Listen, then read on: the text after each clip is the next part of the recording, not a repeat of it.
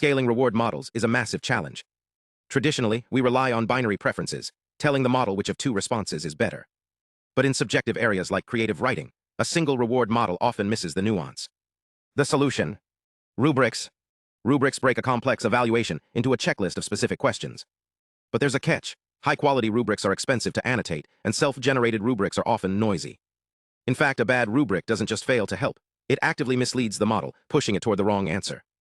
Enter C2, cooperative yet critical reward modeling. C2 treats rubric generation as a communication problem. Instead of blindly following a rubric, C2 uses a two-part system, a cooperative generator and a critical verifier. First, C2 synthesizes contrastive rubric pairs. It takes a base model and measures how different rubrics shift its confidence.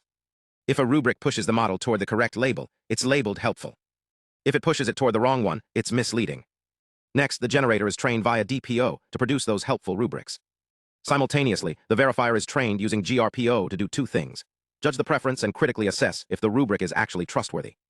At inference time, the verifier performs a validity check.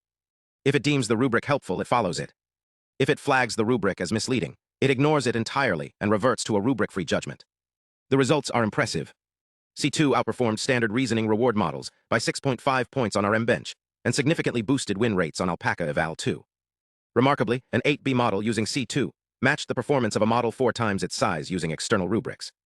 By teaching models to be critical of the guidance they receive, C2 makes reward modeling scalable, robust, and far more trustworthy.